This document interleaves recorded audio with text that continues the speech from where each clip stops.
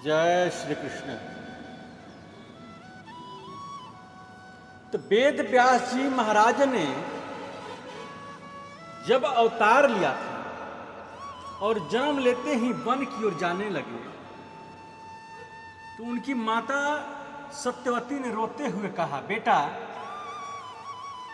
बेटा तुम वन में जा रहे हो, मैं तुम्हारे बिना कैसे रहूंगी, नहीं रह सकती तुम्हारे बिना। व्यास जी ने कहा, मां जब भी तुम स्मरण करोगी ये बालक तुम्हारे चरणों में समर्पित हो जाएगा, तुरंत प्रकट हो जाएगा। यह कर व्यास जी चल। व्यास ने सोचा ऐसा सुंदर स्थान खोजूं जहां बैठकर भजन में मन लगे। व्यास जी सीधे उत्तराखंड में गए। बद्रीनाथ जाकर सरस्वती नदी के पावन तट पर एक सुंदर सा आश्रम बनाया।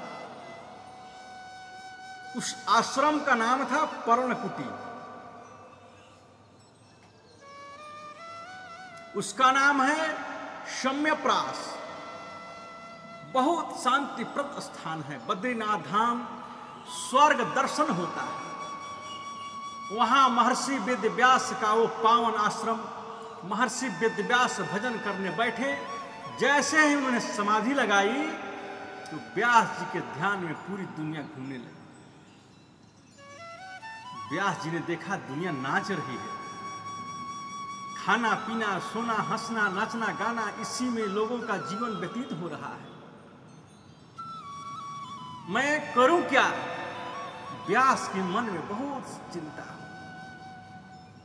ऐसे किसी ग्रंथ की रचना करूं जिसको एक बार पढ़ते ही लोगों का मन बदल जाए। व्यास ने सूक्ष्म रूप से दुनिया को देखा। बस खाने पीने हंसने रोने गाने में लोगों के जीवन व्यतीत हो रहा है। व्यास जी सोचते हैं क्या करें। एक वेद के व्यास ने 3 भाग और किए तो 4 वेद हो गए। ऋग्वेद, यजुर्वेद, सामवेद, अथर्ववेद। लेकिन वेदों की भाषा इतनी कठिन है कि उसे कोई पढ़ता ही नहीं, और पढ़ लेवे तो उल्टा सीधा पढ़ लेता है। उसके अर्थ तो अनर्थ कर देते हैं। अब व्यास जी के मन में और चिंता हुई। सोचा क्या करूं। उन्होंने वेद के आधार पर 17 पुराण की रचना की। उसमें विष्णु पुराण सर्वश्रेष्ठ श्रेष्ठ है। लेकिन फिर भी उनके मन में संतोष नहीं हुआ, क्योंकि एक बात है कि मैं किसी भी अच्छी कविता लिखता हूं, पर जब तक मेरी लिखी कविता पर मुझे संतोष नहीं होता है तब तक आपको आनंद नहीं आ सकता है। आपको कथा में आनंद आता है कि नहीं इसका पता मुझे पहले चल जाता है,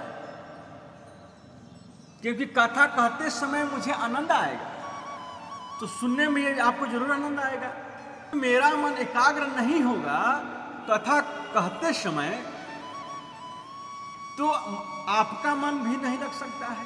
ये बिल्कुल सत्य बात है। व्यास जी के मन में इतना उद्वेग है, इतने ग्रंथों को लिखा लेकिन मेरा मन संतुष्ट नहीं है। उसी समय व्यास जी के आश्रम में देवर्षि नारद का आगमन हुआ। नारद जी ने महर्षि वेदव्यास जी को देखकर पूछा कि क्या बात है पराशर नंदन व्यास जी, सब तो ठीक है, उदास क्यों है, क्यों चिंतित है? व्यास जी खड़े होकर रोने लगे। क्या बताऊं भगवान, इतने ग्रंथों की रचना की, इतने सद्ग्रंथों को लिखा, लेकिन मन में संतोष नहीं है। मुझे लगता है कि मैंने संसार में कुछ किया ही नहीं। दुनिया के लोगों को देख रहा हूं, खाने पीने सोने गाने में जीवन बीत रहा है। ऐसा क्या करूं जिससे समाज का कल्याण हो, संसार के लोगों के मन में वृत्ति समाप्त हो। क्या जीवन है लोगों का। सुबह उठे, नाश्ता कर लिया, नाश्ता के बाद खाना खा लिया, बाल भोग कर लिया, फिर पढ़ने चले गए, ऑफिस चले गए, आए, ताश खेले, टीवी देखा, थोड़ी सी मनोरंजन कर लिया, सो गए, सुबह उठे फिर वही सो। ऐसे लोगों को आध्यात्मिक चिंतन के प्रति समय निकालने का कौन सुझाव देगा। मैं ऐसे कितने लोगों को जानता हूं, जब बेटे की शादी होती है, बेटा जब दुल्हा बनकर घोड़ा पर बैठता है, तो बैंड बाजे सामने ऐसा कमर मटका कर नाचते हैं। मैंने बूढ़े बूढ़े को नाचते देखा है, नोटों की गड्डी को बिखरते हुए देखा है, और उन्हीं को कीर्तन में ताली बजाने या के लिए बोल दिया जाए तो उनके सर पे 100 गगरी पानी गिर जाएगा, शर्म के मारे डूब मरेंगे। सोचते हैं ताली बजाऊं तो पड़ोसी क्या कहेगा, कीर्तन बोलता हूं। ऐसे दुष्प्रवृत्ति लोगों को क्यों बन गई, ऐसी दुष्प्रवृत्ति लोगों की क्यों बन गई। शास्त्र कहते हैं कि परमात्मा के कीर्तन में जो नाच लिया, ध्यान दीजिएगा, भगवान के कीर्तन में जो नाच लिया, वो 84 लाख योनियों में कभी नाचता नहीं है। और बेटी की शादी की घोड़ी बैंड बाजे के सामने जो नाच लिया, उसे 84 लाख योनियों में नाचने से कोई रोक नहीं सकता है। उसका तो नाचना चलता ही रहेगा, ना जाने कितने जन्मों में उसका तो नाचना चलता ही रहेगा, ना जाने कितने जन्मों में। व्यास जी बोले, इतने ग्रंथों की रचना करके भी मन में संतोष नहीं है। नारद जी ने कहा, बुरा नहीं माने तो एक बात कहूं, या यद्वाचर्चित्र पदम हरेर्यशो जगत पवित्रम प्रगृणीत करहिचित् तद्वायसं तीर्थमुसन्ति मानसा न यत्र हंसा निरमत्युशिक्षया। कितना भी सुंदर सरोवर हो, हंस उसमें प्रवेश नहीं करता है। एक बहुत सुंदर सरोवर है, उसमें हजारों कमल खिले हुए हैं, नीला नीला निर्मल जल है। मैं उधर से जा रहा था, उस निर्मल जल को देखकर मेरा मन डुबकी लगाने को हुआ। लेकिन सरोवर में जैसे डुबकी लगाने के लिए मैंने प्रवेश किया, घुटने तक मेरे पैरों में कीचड़ लग गया। आप विचार करो कि कीचड़ से भरे हुए सरोवर में कौवा स्नान कर सकता है, परंतु जिस हंस को मान सरोवर में रहने का आदत है, मोती चुगने की आदत है, वो कभी कीचड़ के सरोवर में नहीं आ सकता है। व्यास जी ने कहा, आप क्या कहना चाहते हैं, मेरे समझ में नहीं आता। नारद जी ने कहा, बहुत सीधी बात है, आपने ग्रंथ की रचना की, संसार के कार्यों में फंसे रहने वाले जो लोग हैं, उनके लिए वो ग्रंथ सब अच्छे हैं, पर हंसों के समान उनके लिए जब भागवत की रचना नहीं करोगे तो आपके मन में संतोष नहीं हो सकता है।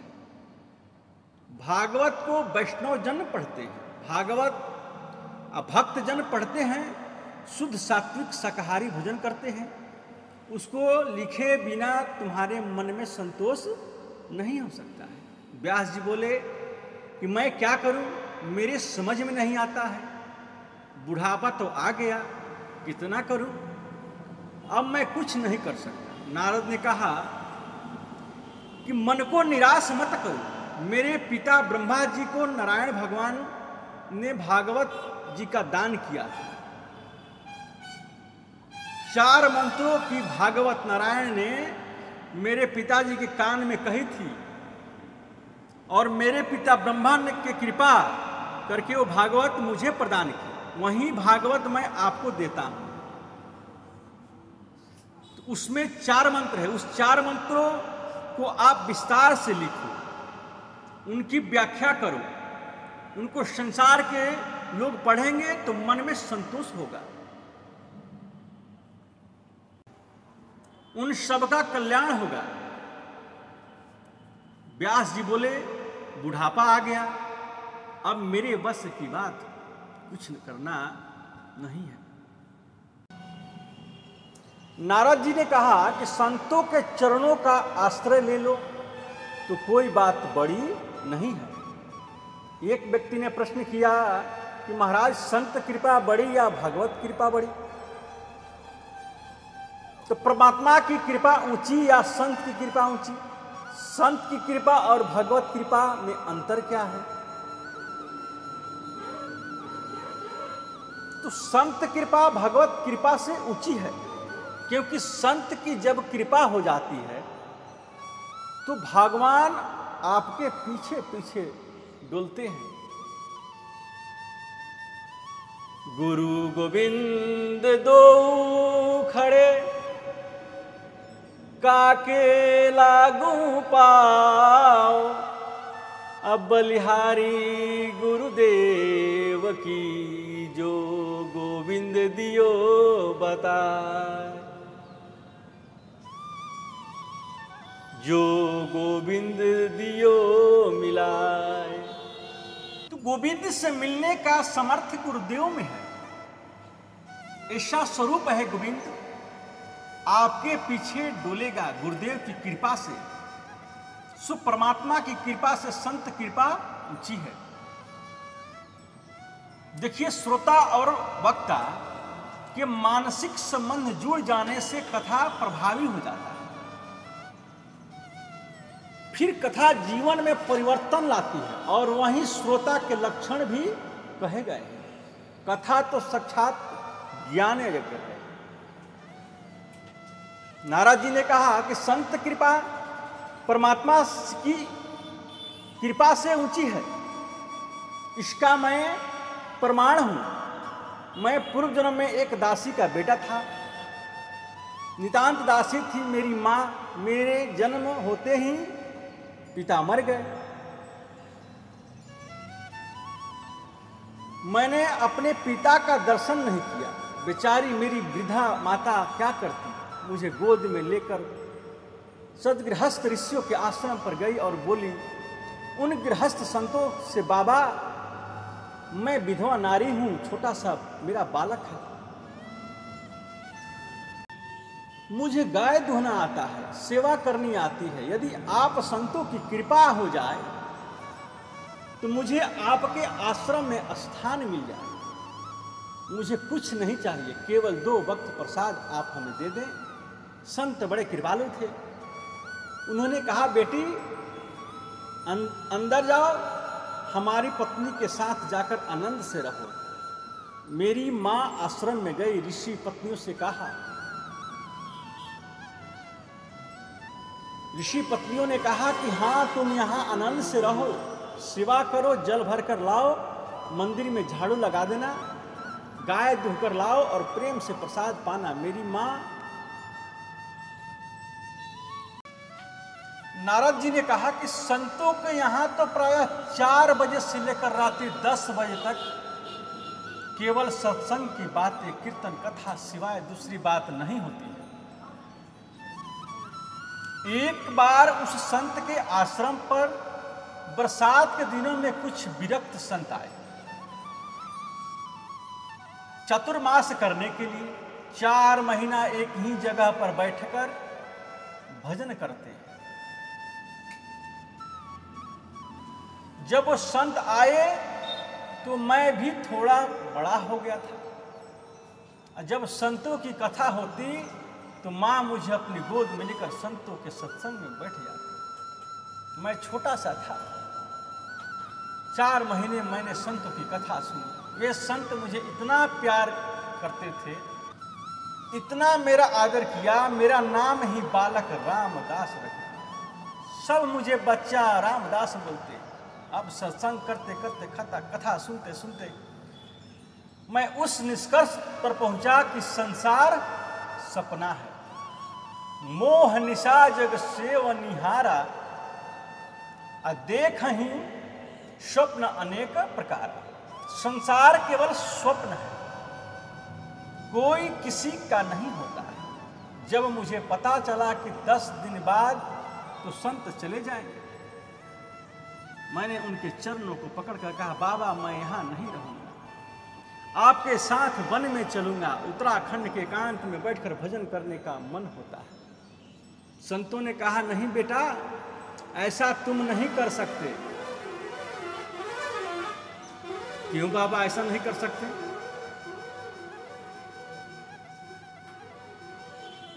क्यों बाबा ऐसा नहीं कर सकते? आप ही कथा में कहते हैं, कौन किसकी माता कौन किसका पिता। मुझे नहीं रहना इस संग घर में। महात्मा बोले, ये तो गड़बड़ हो गया। मेरी माँ को जब पता चला कि मेरा बेटा इनके संग जाना चाहता है, रात को आई जहाँ सब संत तपस्या में बैठे थे, उनके चरणों में गिरकर बोली, मेरा बेटा को लेकर मत जाइए। आजकल बहकी बहकी बातें करता है, मुझसे ज्यादा वार्ता नहीं करता। अब माँ इसलिए रोती है कि मेरा पुत्र को लेकर मत जाना, और मैं इसलिए रोता हूं कि मुझे छोड़कर मत जाना। संत बड़ी दुविधा में पड़ गए। संतों ने कहा कि बेटा, तुमने हमारी कथा सुनी तो कथा का निष्कर्ष हमने क्या बताया? मातृदेवो भव, पितृदेवो भव, आचार्य देवो भव। मां को देवी मानो, पिता तुम्हारे हैं। पिता तुम्हारे तो हैं नहीं। वृद्धा माता तुम्हारी कहां जाएगी? वृद्ध शरीर में इनकी सेवा करो, क्योंकि मां की सेवा परमात्मा की सेवा से ऊंची है। वेदांत का पहला सूत्र है, मां को देवी मानो, दूसरा नंबर पिताजी, गुरु को तीसरे नंबर पर आते हैं। इसलिए जब तक मां है उनकी सेवा करो। जब मां का शरीर नहीं रहे तो चले आना, चले आना भगवत भजन करने के लिए। मैं चरणों में गिरकर बोला, बाबा मेरा मन नहीं करता रहने का, आप लोग मुझे छोड़कर जा रहे हैं, मुझे बताकर जाइए कि मैं कैसे रहूंगा। तो उन संतों ने मिलकर मुझे एक मंत्र दिया, नमो भगवते तुभ्यम वासुदेवा धीमहि, ओम नमो भगवते वासुदेवाय। इस मंत्र मुझे देकर चले गए। नारद जी ने कहा कि मेरा मन घर में लगता नहीं, मैं मेरी माँ का इकलौता बेटा, इतना प्यार करती मुझे कि थोड़ी देर के लिए भी आंखों से ओझल नहीं होने देती। कहती, बेटा रामदास किधर गया? मैं सोचता क्या करूं, माँ मुझे भजन भी नहीं करने देती, 1 मिनट भी इधर नहीं होने देती। एक दिन मन में सोचा कि हे भगवान, मेरी माँ की मृत्यु हो जाए। यदि मुझे ऐसा नहीं सोचना था, लेकिन जब तक ये रहेगी मुझे भजन नहीं करने देगी। इसी माँ के प्रति सोचना गलत बात है, लेकिन मन में वैराग ऐसा आ गया कि दूसरे दिन माँ जब गाय दुहने गई, घास में सांप बैठा था, डंक लिया और माँ मर गई। एकदा निर्गताम देहा दुहंती निशीगां पथि, शरोदशपता अस्पृष्टः कृपणाम कालचोदितः। नारद जी कहते हैं कि मेरी माँ के मरने के बाद मैं बड़ी जोर से रोया। मेरी आंखों से 2 प्रकार के आंसू निकले, दाहिनी आंख से गर्म आंसू और बाएं आंख से ठंडे आंसू। व्यास जी बोले, क्यों? नारद जी बोले कि व्यक्ति जब दुखी होकर रोता है तो आंसू गर्म निकलते हैं, और प्रसन्नता से रोता है तो आंसू ठंडे निकलते हैं। मेरा 5 वर्ष का बेटा पूरे स्कूल में यदि प्रथम आवे, अपनी प्रथम श्रेणी कक्षा में प्रथम आवे, अपना वार्षिक सूचकांक हाथ में लाकर देवे और बोले मैं प्रथम श्रेणी में पास हो गया हूँ, तो माँ दौड़कर अंक में भर लेती है। उस समय प्रसन्नता से आंसू माँ के नेत्रों से गिरते हैं। आप देखना, वो ठंडे आंसू होते हैं। और किसी विपत्ति में व्यक्ति रोता है तो आंसू गर्म निकलते हैं। नारद जी बोले मेरी आंखों से गर्म आंसू तो इसलिए निकले कि मां मुझे छोड़कर चली गई। इसका स्पष्ट है ठंडे आंसू इसलिए निकले कि मुझे वन में जाने से कोई रोक नहीं सकता है। मैं सीधा उत्तराखंड की ओर चल पड़ा। परमात्मा की कृपा समझा, मैंने मां की मृत्यु को उत्तराखंड में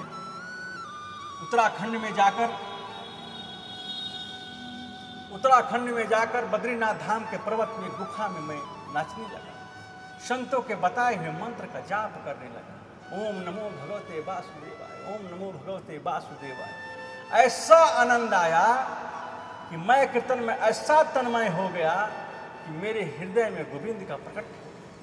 लेकिन व्यास जी एक क्षण वो झांकी मेरे अंतर में दिखी और एक क्षण में अंतर ध्यान हो गया।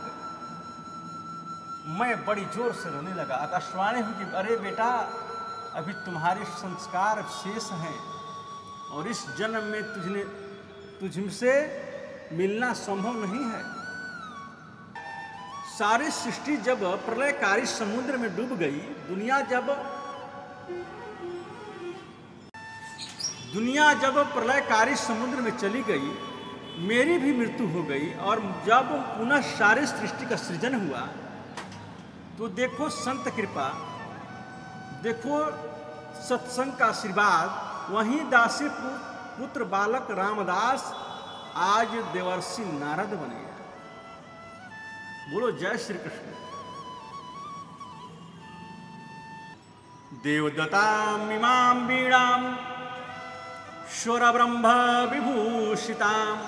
परमात्मा की कथा का मैं गान करता हूं। मेरे हाथ में प्रभु की दी हुई वीणा है। मैं यह कहना चाहता हूं व्यास जी, जब संतों के आशीर्वाद से दासी का पुत्र बच्चा रामदास देवर्षि नारद बन सकता है तो आप भगवान की रचना क्यों नहीं कर सकते। व्यास जी ने समाधि लगाई। नारद जी ने व्यास जी के कान में 4 मंत्रों की भागवत को उतार दिया। समाधि लगाकर व्यास जी ने 4 मंत्र को 18,000 मंत्र बनाए। बृहद भागवत की रचना व्यास जी के हृदय में तो हो गई। लेकिन समस्या आ गई, देवर्षि नारद ने मुझे भागवत प्रदान तो कर दी है, मैंने उसका विस्तार किया, लेकिन मैं भागवत सुनाऊं किसे।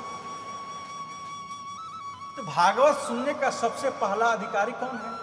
जब तक अधिकारी नहीं मिले मैं दूं किसे। व्यास जी के मन में चिंता है।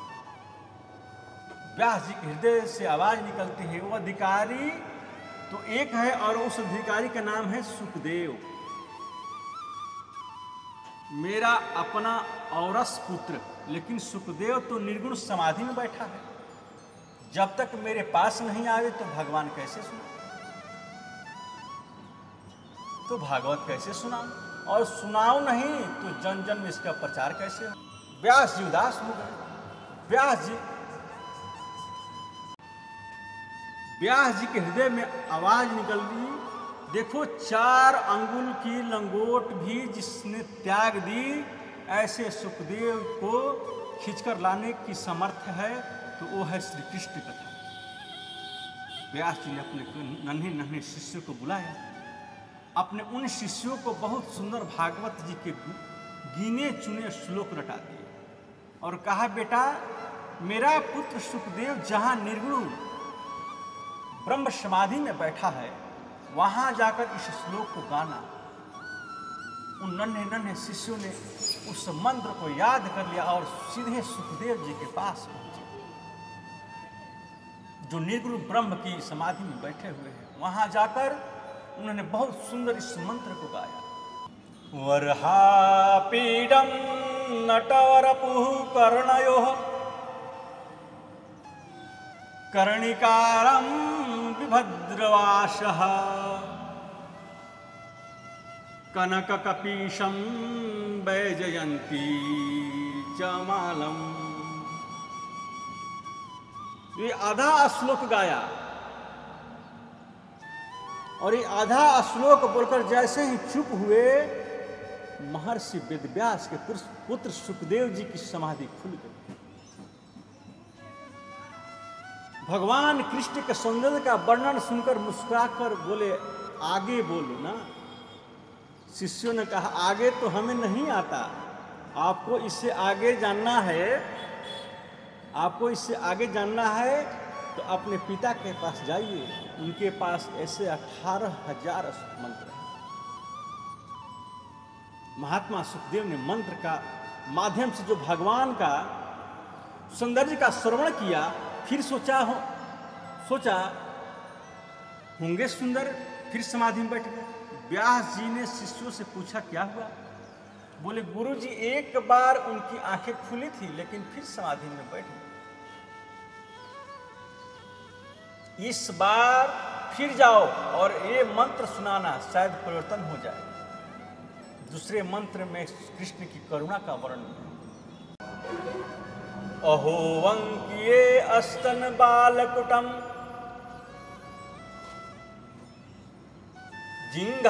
जिंघासयापाय यदाप्यसाध्वी लेभे गतिम धात्र्युचिंता ततोन्यम